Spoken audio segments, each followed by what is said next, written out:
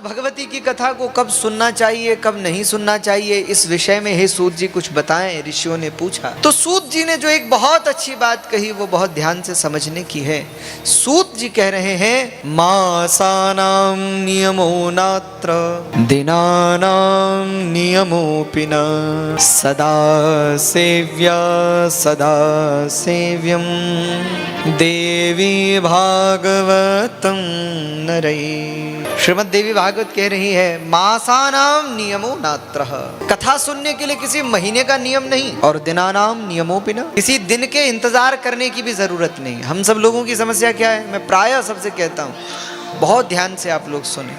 हम लोग जब मंदिर जाते हैं, जब कोई शुभ काम करते हैं, जब कोई कथा सुनते हैं, जब कोई कीर्तन करते हैं, जब कोई जागरण करते हैं, तो दिन निकालते हैं। सूत जी यहाँ ज्योतिष के विरोध में नहीं बोल रहे हैं, सूत जी तो भक्ति पुष्ट होकर के बोल रहे हैं। बोले हम जब जब कुछ मंगल काम करते हैं, कुछ शुभ काम करते हैं, कुछ पुण्य का कार्य करते हैं, कुछ अच्छा काम करते हैं, मन हुआ मंदिर चलें, तो फिर तुरंत मन में क्या आता है, आज नहीं कब, अरे कब जाना है मंदिर, सोमवार को चले, आज तो रविवार है आज नहीं या मन आता है कि चलो हनुमान जी का दर्शन कराएं, अरे आज तो बुधवार है मंगल को जाएंगे। अब भगवान का दर्शन करने के लिए हम लोग दिन देखते हैं।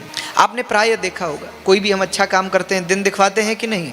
अच्छा, मेरे एक प्रश्न का समाधान करिएगा, क्या जब हम पाप करते हैं तो भी कहते हैं कि चलो दिन निकलवा लें, भाई पाप करना चाहिए कि नहीं, देख लो पंडित जी से पूछ लें कि कोई बढ़िया मुहूर्त निकाल दीजिए, क्यों हमको अपनी पत्नी से या हमें अपने पति से झगड़ा करना है, जरा दिन निकालो, ऐसा सुना है आप। या कोई ये कहे कि जरा कोई बढ़िया सा दिन निकाल दीजिए, क्यों, बोले हमें चोरी करने जाना है, सुना है आप। हम जब अच्छे काम करते हैं तो बड़े बहाने बनाते हैं, आज दिन अच्छा नहीं, आज मुहूर्त अच्छा नहीं, आज वार अच्छा नहीं, आज महीना अच्छा नहीं। और जब बुरा काम करते हैं तो फिर कोई दिन नहीं, कोई वार नहीं, कोई मुहूर्त नहीं, कोई पक्ष नहीं, कोई योग नहीं, बस करते हैं। मैं तो सबसे एक ही निवेदन करता हूं कि पाप करने के लिए दिन निकाला करो, शुभ कर्म का कैसा दिन। यदि आपको भगवती का दर्शन करना है, उस जगदम्बा का दर्शन करना है मंदिर में, क्या दिन देखना कि किस दिन जाएं। अरे माँ से मिलने का कैसा दिन। आजकल तो बड़े दुख की बात है, ऐसी संस्कृति आ रही है भारत में कि बताओ लोग मदर्स डे और फादर्स डे मना रहे हैं। मैंने प्रायः सबसे पूछा कि इसका मतलब क्या, बोले आज के दिन हम माता पिता को प्रणाम करते हैं। मैंने कहा ये तो रोज ही होता है भारत। अरे प्रातः काल उठ के रघुनाथा मातु पिता गुरु ना वही माथा। हमारे रघुनाथ जी श्री राम जी जब जागते हैं तो सुबह उठ करके 3 लोगों को सिर टेक करके प्रणाम करते हैं। कौन कौन, मातु पिता गुरु ना वही माता। क्या हमें माता पिता को प्रणाम करने के लिए भी दिन निकालना पड़ेगा, बताओ। इतना पतन हो गया हमारी संस्कृति का, हमारे विचारों का।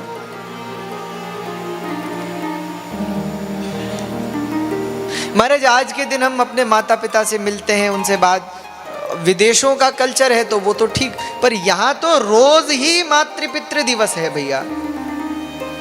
सुबह उठो तो सबसे पहले अपने माता पिता को प्रणाम करो। क्यों?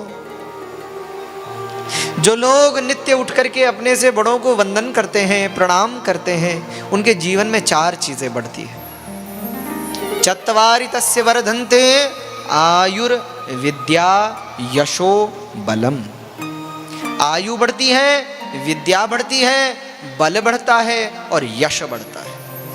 जो अपने से बड़ों को प्रणाम करते हैं। आजकल तो प्रणाम करने के तरीके भी परिवर्तित हो गए, बदल गए। हमारे यहाँ भगवान श्री राम प्रणाम करते हैं तो मातु पिता गुरु नावहि माथा, सिर टेक कर प्रणाम करते। फिर संस्कृति परिवर्तित हुई तो लोग पैर छू कर प्रणाम करने लगे। ऐसे हाथ से पैर छू लिया और फिर उसी हाथ को सिर पर लगा लिया। संस्कृति परिवर्तित हुई और लोग आगे बढ़े, ह्रास हुआ संस्कृति का, तो लोगों ने क्या किया, अब पैर छूना बंद, केवल घुटने छू करके लोग सिर पर हाथ लगा लेते। झुका नहीं जाता ना हम लोगों से।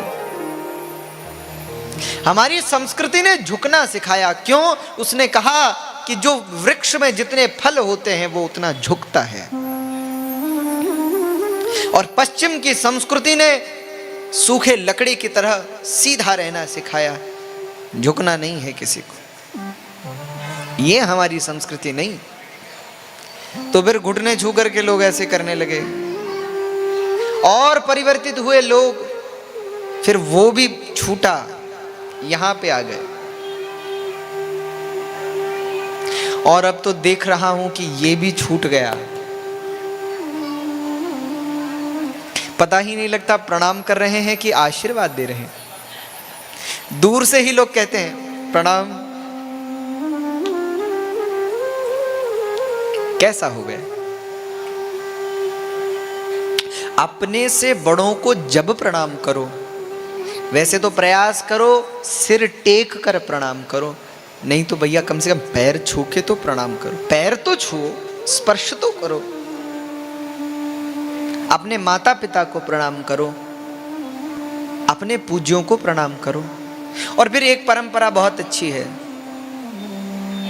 महात्माओं में चरण स्पर्श का थोड़ा भेद मानते हैं, इसलिए फिर उनको कैसे प्रणाम किया जाता है, दूर से ही सिर टेक कर प्रणाम कर लो।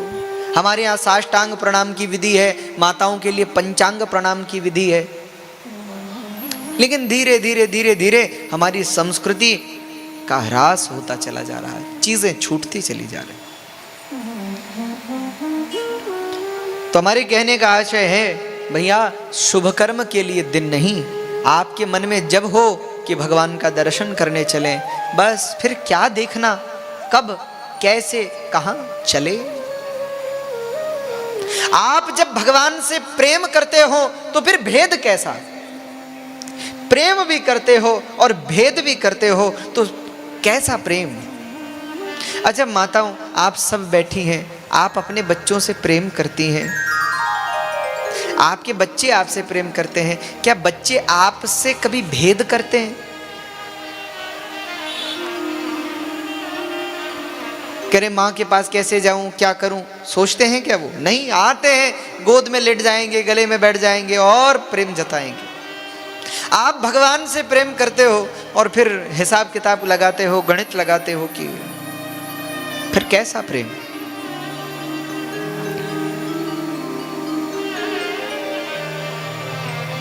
बहुत समय पहले की बात है, आप कभी हरिद्वार आए, हम वैसे हरिद्वार में रहते हैं, वहीं आश्रम है श्री राधा कृष्ण कृपाधाम के नाम से।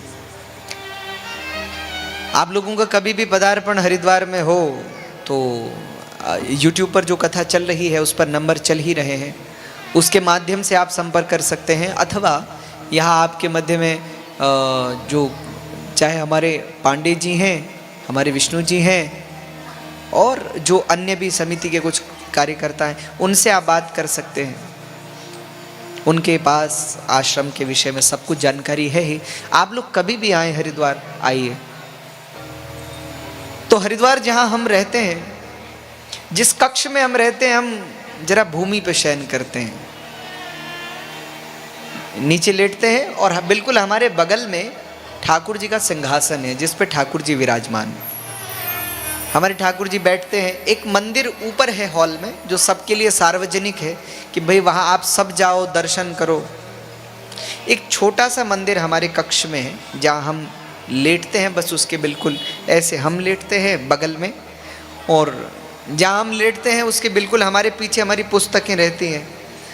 तो वैसे तो हमारा कक्ष अलग है, भिन्न है, लेकिन हम वहीं लेटना इसलिए पसंद करते हैं कि भाई हमारे ठाकुर जी भी पास में हैं, हमारी पुस्तकें भी पास में हो जाती हैं, तो इसलिए हम वहीं विश्राम करते हैं। तो बहुत वर्ष पहले एक व्यक्ति मुझसे मिलने आए थे, आज अचानक मेरी स्मृति में जगा।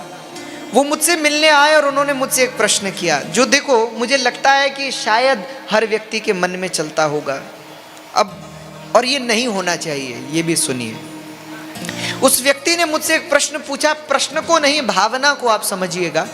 उसने मुझसे कहा कि महाराज जी, आपके बगल में ही भगवान का स्थान है, उस पर ठाकुर जी विद्यमान है, आपके जितने भी सब जिनकी आप पूजा करते हैं वो विद्यमान है, आपका मंदिर है और आप यहीं लेटते हैं, तो यहाँ क्यों लेटते हैं? मैंने कहा भाई मुझे अच्छा लगता है इसलिए। तो उन्होंने मुझे कहा कि आप यहाँ लेटते हैं तो यहाँ लेटते होंगे तो कभी बात भी करते होंगे,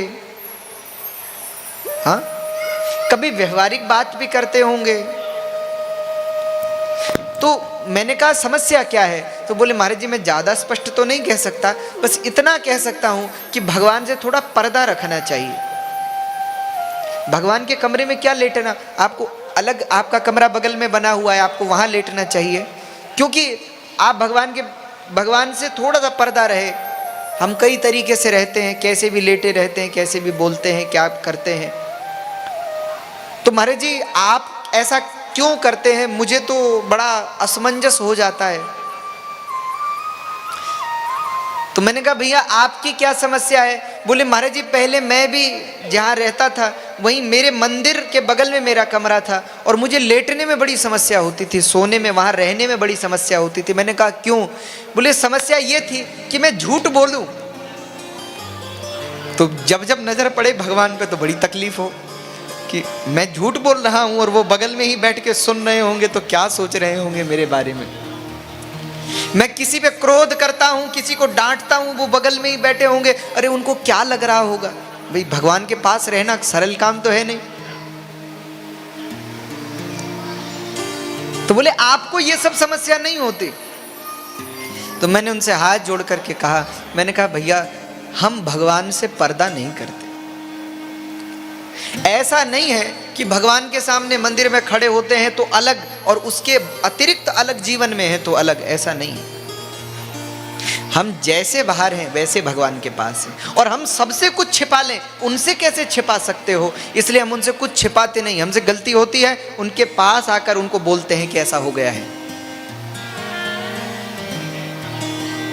अब दंड देना है आपका कार्य, सुलझाना है आपका कार्य। हम आपसे कुछ नहीं छिपाएंगे। वैसे तो आप सब जानते हैं पर फिर भी हम आपको बताएंगे। क्यों? क्योंकि आपकी दृष्टि में पर्दा नहीं है, पर हमारी दृष्टि में ये जो पर्दा है इसको हटाने के लिए हम बताएंगे। इसलिए उनसे कैसा पर्दा? लोग सोचते हैं कि हम भगवान से भी कुछ छिपा लेंगे। रावण को जो असुर बनाता है उसका दोहरा जीवन, रावण का दोहरा जीवन है। वो जब शिव के सामने बैठता है तो सिर काट काट करके शंकर जी को चढ़ा देता है, और मंदिर से जब निकलता है तो उसका जीवन कैसा? जिसकी भी वस्तु मिलती है उसे छीनने का प्रयास करता है। दोहरा जीवन है ना। बस जिसके जीवन में दो जीवन है, जिसका दोहरा जीवन है, भगवान के सामने कुछ और बाहर कुछ, बस वही असुर है। जिसका जीवन एक, वही संत है। और भगवान से क्या छिपाना?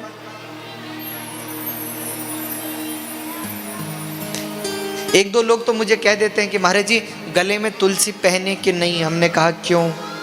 बोले महाराज जी बिजनेस करते हैं, व्यापार करते हैं, झूठ बोलना पड़ता है। गले में तुलसी माला होती है तो कई बार ध्यान जाता है तो बड़ा दुख होता है।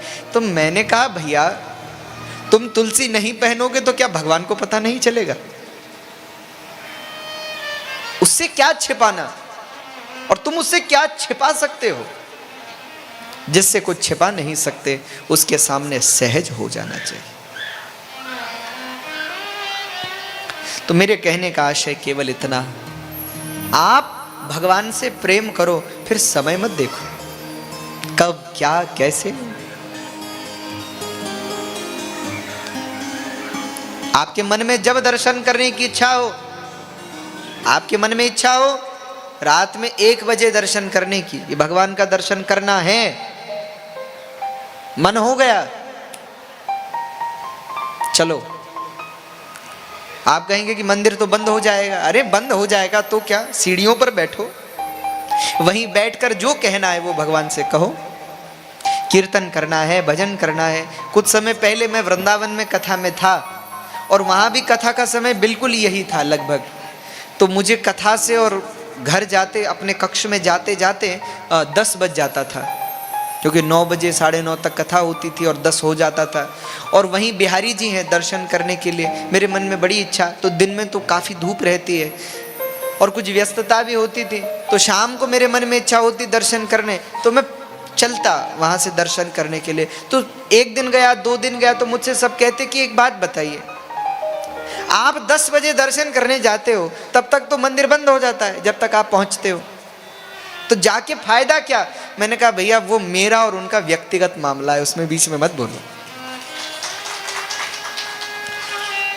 तो बोले किसी ने मुझसे पूछा आप वहां जाके करते क्या है? मैंने कहा कुछ नहीं, सीढ़ियों पर बैठ जाता हूँ, बैठ करके जो मन में है वो उनको बताता हूँ।